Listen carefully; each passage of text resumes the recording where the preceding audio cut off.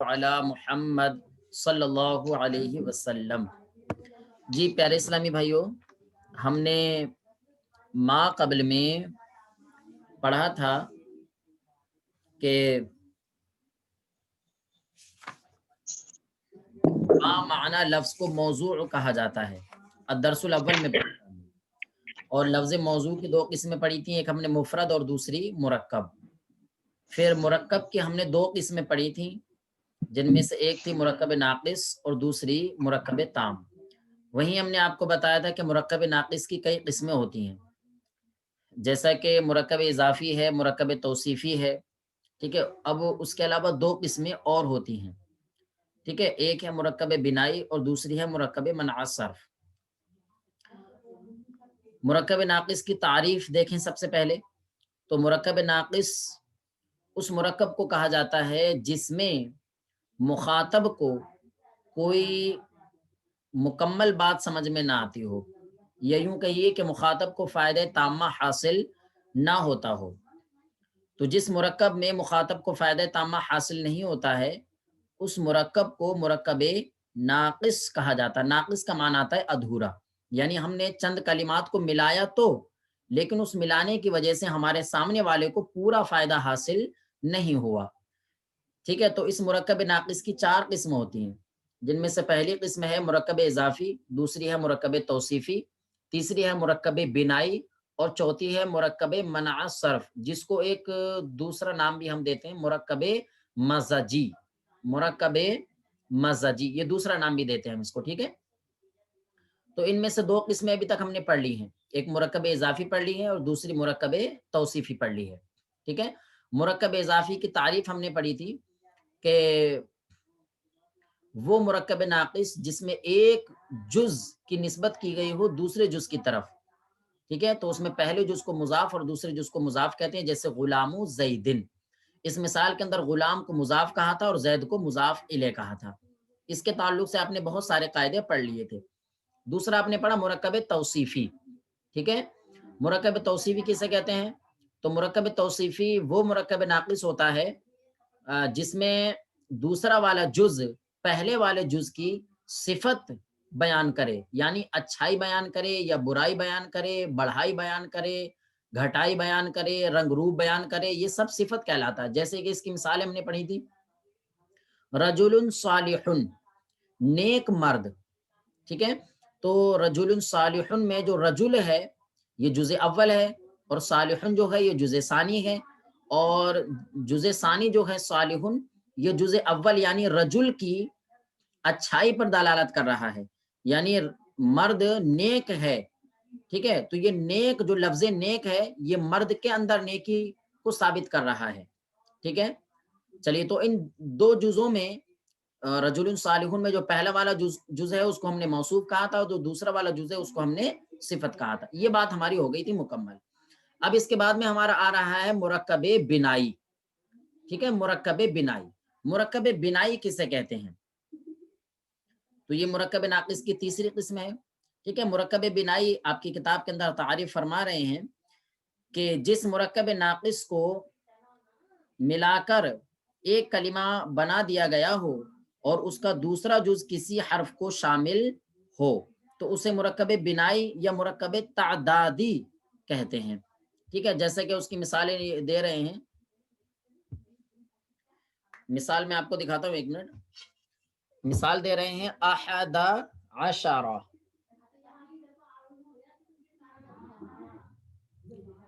احد احد عشرہ، ٹھیک ہے۔ اس میں دیکھیں احد الگ ایک جز ہے اور عشرہ الگ ایک جز ہے، ٹھیک ہے۔ احد کا معنی آتا ہے ایک، اور عشرن یہ احدن ہے، احدن الگ ایک ہے، اور عشرن یہ مدینہ دکھائی دے رہا ہے آپ حضرات کو؟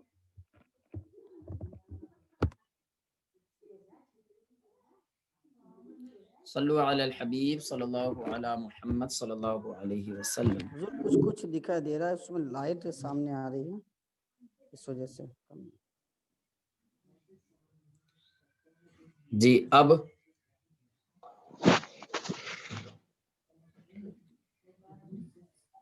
صلو علی الحبیب صلی اللہ علی محمد صلی اللہ علیہ وسلم. اب صحیح ہے. جی کمپیوٹر کی دکھ رہا ہے. لائٹ سامنے آ رہی ہے کمپیوٹر کی. ہاں ٹھیک ٹھیک ٹھیک. یہ دیکھیے آپ احد عشرہ، ٹھیک، جی یہ اس وقت دو جز کو مرکب کیا گیا ہے، یعنی دو جزوں کو ملایا گیا ہے، دو جزوں کو ملا کر کے ایک کیا گیا ہے. ٹھیک ہے، کس طریقے سے کیا انہوں نے؟ تو دیکھیے پیارے اسلامی بھائیوں، یہ احدن تھا، الگ ایک کلمہ تھا یہ احدن، اور یہ جو عشرہ ہے یہ الگ ایک کلمہ تھا عشرن. یہ احدن تھا اور یہ عشرن تھا، الگ الگ دو کلمے تھے. احدن کا معنی آتا ہے ایک، اور عشرن کا معنی آتا ہے 10. ایک الگ ایک کلمہ تھا اور عشرن یہ الگ ایک کلمہ تھا. ٹھیک ہے، اور ان کے بیچ میں ایک واو تھا، احدن و عشرن، احدن و عشرن، یعنی احد کے بعد میں ایک واو اور پھر عشرن تھا. ٹھیک ہے، جیسے کہ پیارے اسلامی بھائیوں ہم لوگ کہتے ہیں، جیسا کہ گنتیاں جو ہیں، گنتیاں ہمارے پاس، تو ہم 1 سے لے کر کے 10 تک کی جو گنتیاں گاتے ہیں تو اس میں 9 تک ہوتا ہے ہمارے پاس، 1 2 3 4 5 6 7 8 9 9 تک ہوتا ہے. ٹھیک ہے، جس طریقے سے ہم اسی طریقے سے بالکل ہم عربی میں بولتے ہیں کیا، احد، اثنانی، ثلاثۃ، ٹھیک ہے، اور اربعۃ، خمسۃ، ست، سبعۃ، ثمانیہ، ٹھیک ہے، یا ثمانیۃ، اور تسعۃ، یہ 9 تک کی ہماری گنتی ہوتی ہے. اب اس کے بعد میں 10 کے لیے ہم کہہ دیتے ہیں عشرۃ. اب ایسے ہی ہندی میں یا اردو وغیرہ میں جو ہم گنتی لکھتے ہیں تو اس میں کیا کرتے ہیں ہم، اب ایک ایک ملا کر کے ہم 11 کرتے ہیں، یعنی 10 کے اندر ایک ملا کر کے 11 کرتے ہیں، پھر 10 کے اندر 2 ملا کر کے ہم 12 کرتے ہیں، پھر 10 کے اندر 3 ملا کر کے ہم 13 کرتے ہیں. تو بالکل ایسے ہی یہاں پر انہوں نے احد اور عشر، عشر کا معنی 10، 10 کے اندر ایک ملا دیا انہوں نے تو 11 ہو گئے، یہ 11 کا معنی ادا کرتا ہے. ٹھیک ہے، لیکن اس میں احد الگ ایک کلمہ تھا اور عشر الگ ایک کلمہ تھا، اور ان کے بیچ میں ایک واو تھا، واو، یعنی 1 اور 10، 1 اور 10 11، 1 اور 10 11، یعنی 10 کے ساتھ میں ایک ملا کر کے 11 بنایا گیا تھا. ٹھیک ہے، لیکن انہوں نے کیا کیا، بیچ میں جو واو تھا اس واو کو حذف کر دیا. جیسے میں آپ کو دکھاؤں، احدوں و عشرن، احدوں و، یہ بیچ میں واو آ رہا ہے. اب انہوں نے کیا کیا، دیکھیے یہاں سے واو کو حذف کر دیا، واو کو ختم کیا یہاں سے، پھر احدن کا اوپر جو 2 پیش تھے اس کو ایک حرف فتحہ سے بدل دیا. ٹھیک ہے، تو یہ اور آخر میں جو را، عشرن کے را ہے اس پر بھی ہم نے زبر دے دیا، ہو گیا احد عشرہ. تو یہ الگ الگ 2 جز تھے، احدن الگ یہ ایک جز تھا، ٹھیک ہے، اور عشرن الگ یہ ایک جز تھا. ٹھیک ہے، یہ 2 جز تھے الگ الگ، دونوں الگ الگ جز تھے. ہم نے ان کو کیا کیا کہ ان دونوں جزوں کو ملا کر کے ایک کر دیا. تو جب ایک کیا تو 2 جز مرکب ہوئے نہیں ہوئے، اور جب 2 جز مرکب ہو گئے، ٹھیک ہے، تو اب ہم نے دیکھا کہ ان کے بیچ میں ایک واو حرف آ رہا تھا. اب وہ واو جو حرف ہے اس کا معنی اب بھی یہاں پر سمجھا جا رہا ہے. کیوں؟ اس لیے کہ دیکھو اگر آپ واو کے معنی کوئی، واو کا معنی آتا ہے اور کا بھی معنی آتا ہے اور 7 کا بھی معنی آتا ہے. تو جب 10 کے ساتھ میں ایک ہوگا تبھی تو 11 بنے گا. تو اس لیے یہاں پر اب بھی واو کا معنی ملحوظ ہے. ٹھیک ہے، تو احد عشرہ، تو اب اس کی تعریف یہ ہوگی کہ 2 جزوں کو ملا کر ایک کر دیا گیا ہے، اور دوسرا والا جز ایک حرف کے معنی کو شامل ہے، یعنی یہاں پر بیچ میں واو تھا، اب بھی یہ اسی واو کے معنی کو شامل ہے. ٹھیک ہے نا، تو اسی کو مرکب بنائی کہتے ہیں، بنائی. اور اس کا دوسرا نام مرکب تعدادی بھی ہے. تعداد کا معنی آتا ہے گنتی، گنتیاں یعنی گننا. تو دوبارہ دیکھ لیں، یہ 2 جز تھے الگ الگ، بیچ میں ایک حرف تھا، تو 2 جزوں کو ملا کر ایک کیا گیا، اور جو بیچ والا حرف تھا اس کو یہاں سے حذف کیا گیا، لیکن یہ دوسرا جز جو ہے اس حرف کے معنی کو شامل ہے، معنی کو شامل ہے، اسی وجہ سے یہاں پر احد عشرہ 11 کا معنی دے رہا ہے. ٹھیک ہے، تو تمام اسلامی بھائی اس کو دیکھ لیجئے کہ احد عشرہ 2 جزوں کو ملا کر ایک کیا گیا، اور دوسرا والا جز ایک حرف کے معنی کو شامل ہے، اسی کا نام مرکب بنائی ہوتا ہے. ٹھیک ہے، اور یہ مرکب بنائی کہاں سے کہاں تک ہیں تو وہ بھی ہم آپ کو بتا دیں. یہ احد عشرہ یعنی 11 سے لے کر کے 19 تک ہیں. احد عشرہ، ٹھیک ہے، اثنا عشرہ، ٹھیک ہے، پھر اس کے بعد ثلاثۃ عشرہ، ٹھیک ہے، اربعۃ عشرہ، خمسۃ عشرہ، ستۃ عشرہ، سبعۃ عشرہ، ثمانیت عشرہ اور تسعۃ عشرہ، اسی طریقے سے 19 تک ہیں یہ انشاءاللہ گنتیاں آپ کو آگے پڑھنے کو ملیں گی. تو یہ 11 سے لے کر کے 19 تک کی جو گنتی ہے ان گنتیوں کو مرکب بنائی کہا جاتا ہے. ٹھیک ہے، اس کو آپ حضرات دیکھ لیجئے اور اس کو اچھے طریقے سے سمجھ لیجئے. باقی پھر اس کے بعد میں ہم آگے کا قاعدہ لے کر کے چلیں گے مرکب منع صرف والا. صلو علی الحبیب صلی اللہ علی محمد صلی اللہ علیہ وسلم. جی یہ آپ کی مرکب بنائی کی بات ہو گئی. پھر اس کے بعد میں آتا ہے مرکب مزاجی. ٹھیک ہے، مرکب مزاجی. مرکب مزاجی کسے کہتے ہیں؟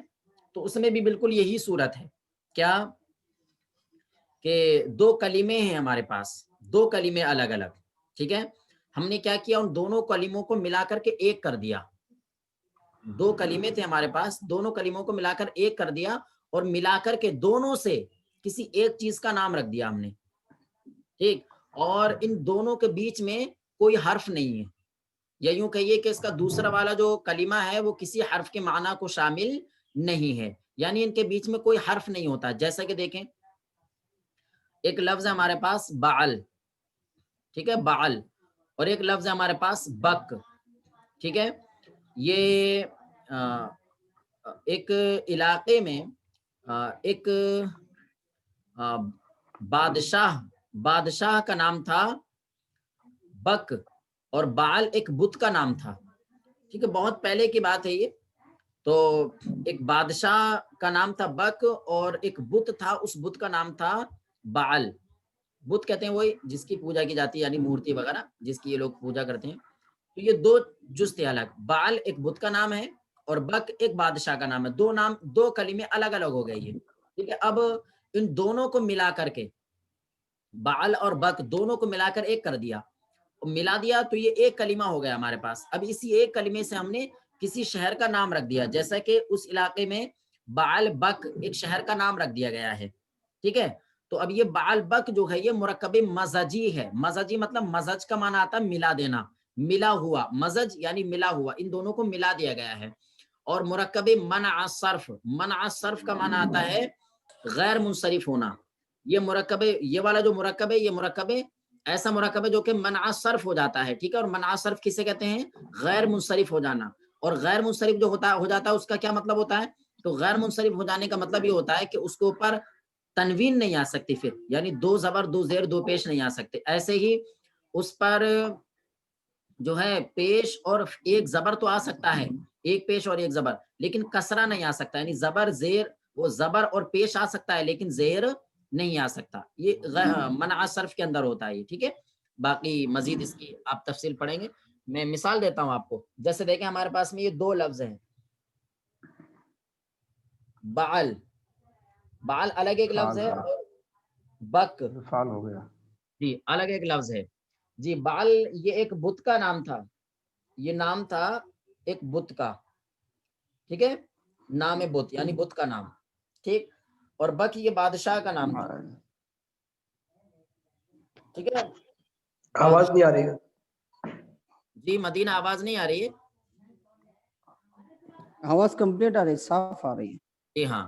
تو دیکھیے بعل جو ہے یہ ایک بت کا نام ہے اور بک جو ہے یہ بادشاہ کا نام ہے. اب کیا کیا ہم نے؟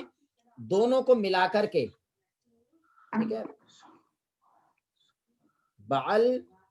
بعل بک دونوں کو ملا کر کے ہم نے ایک شہر کا نام رکھ دیا.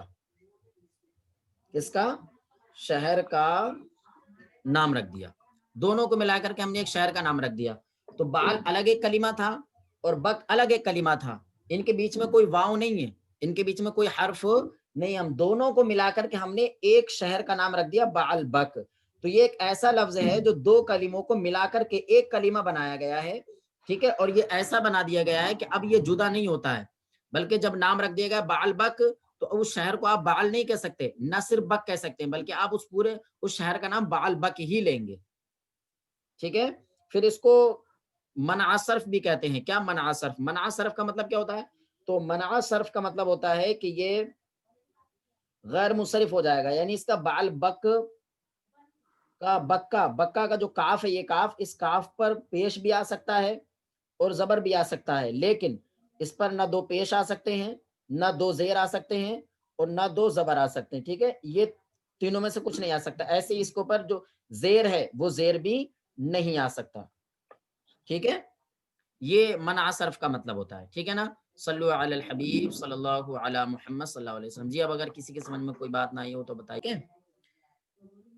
جی فائدہ، مرکب ناقص کی دو قسمیں اور ہیں، ٹھیک ہے. ایک ہے مرکب بنائی اور دوسری ہے مرکب مزجی. تو یہاں تک ہم نے مرکب ناقص کی 4 قسمیں پڑھ لی، مرکب اضافی، توصیفی، بنائی اور منع صرف، ٹھیک ہے. تو اب دیکھیں مرکب بنائی کسے کہتے ہیں. جس مرکب ناقص کو ملا کر ایک کلمہ بنا دیا گیا ہو اور اس کا دوسرا جز کسی حرف کو شامل ہو، اسے مرکب بنائی یا مرکب تعدادی کہتے ہیں. مرکب بنائی کا مطلب یہ ہے کہ اس کے دونوں جز فتحہ پر مبنی رہتے ہیں، یعنی احدہ کی دال پر زبر ہی رہے گا ہمیشہ، عشرہ کی را پر زبر ہی رہے گا ہمیشہ، اور یہ احدہ عشرہ یعنی 11 سے لے کر کے 19 تک ایسا ہی رہے گا. احدہ عشرہ، اتنا عشرہ، ٹھیک ہے، اور ثلاثہ عشرہ، اربعہ عشرہ، اور خمسہ عشرہ، ستہ عشرہ، سبعہ عشرہ، ثمانیہ عشرہ، تسعہ عشرہ، یہاں تک دونوں جز فتح پر مبنی ہی رہیں گے، چاہے وہ مذکر ہوں جیسے کہ ابھی ہم نے بتا دیے، چاہے مؤنث ہوں.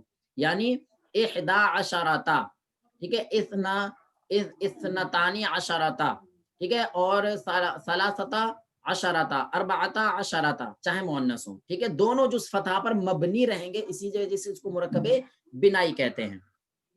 یا مرکب تعدادی کہتے ہیں. تعدادی کا مطلب یہ کہ اس سے جو ہے گنتیاں ہیں تو اسی وجہ سے مرکب تعدادی بھی کہتے ہیں، لیکن خاص کر اس کو مرکب بنائی ہی کہیں گے کیونکہ تعدادی تو اور بھی بہت سارے ہوتے ہیں کیونکہ ان سے بھی گن لیا جاتا ہے. چلیے جیسے احدہ عشرہ سے لے کر کے تسعۃ عشرہ تک.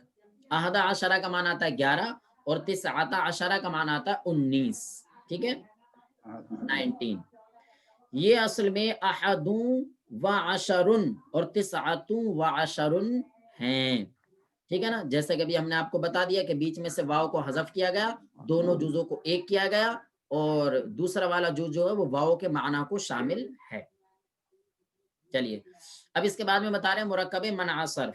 جس مرکب ناقص کو ایک کلمہ بنا دیا گیا ہو، ٹھیک ہے، یعنی 2 کلمے تھے الگ الگ تو مرکب کر دیا، اور مرکب کر کے دونوں کو ایک بنا دیا، ٹھیک ہے، اور اس کا دوسرا جز کسی حرف کو شامل نہ ہو، یعنی جو دوسرا جز ہے وہ کسی حرف کے معنی کو شامل نہیں، یعنی دونوں کلموں کے درمیان میں واو نہیں ہے، ٹھیک ہے، اسے مرکب منع صرف کہتے ہیں. منع صرف کا مطلب یہ ہوتا ہے کہ وہ ایسا مرکب ہو گیا جو غیر منصرف ہو جائے گا، یعنی اس کے آخری حرف پر بعلا بکو جو کاف ہے اس پر نہ تو 2 پیش آئیں گے، نہ 2 زبر آئیں گے، نہ 2 زیر آئیں گے، پھر کیا آئے گا، یا تو ایک پیش آئے گا یا ایک زبر آئے گا، اور کسرہ بھی نہیں آئے گا، یعنی زیر بھی نہیں آئے گا، اور اس پر الف لام بھی نہیں آئے گا، ٹھیک ہے. یا مرکب مزجی کہتے ہیں. مزجی کا مطلب یعنی دونوں ایسے مل گئے ہیں اب جدا نہیں ہوں گے. یہ مزجہ یمزجو کا معنی آتا ہے ملنا، ایسا ملنا کہ جو جدا نہ ہو سکے. جیسا کہ آپ دیکھیں جب آپ دودھ کے اندر پانی ڈال دیتے ہیں تو کیا آپ دودھ کے اندر سے پانی کو نکال سکتے ہیں؟ آپ نہیں، بلکہ جب دودھ میں پانی مل گیا تو وہ نہیں نکل سکتا. لہٰذا کسی ایسی چیز کو ملانا جو جدا نہ ہو سکے اس کو مزجہ یمزجو کہتے ہیں، ٹھیک ہے، ملانا. تو بالکل ایسے ہی یہاں پر یہ دونوں جز ایسے مل گئے ہیں کہ اب ان کو جدا نہیں کیا جا سکتا، اسی لیے ان کو مرکب مزجی بھی کہتے ہیں. جیسے بعلا بکو، ٹھیک ہے. صلو علی الحبیب صلی اللہ علیہ محمد صلی اللہ علیہ وسلم. جی مزید اگر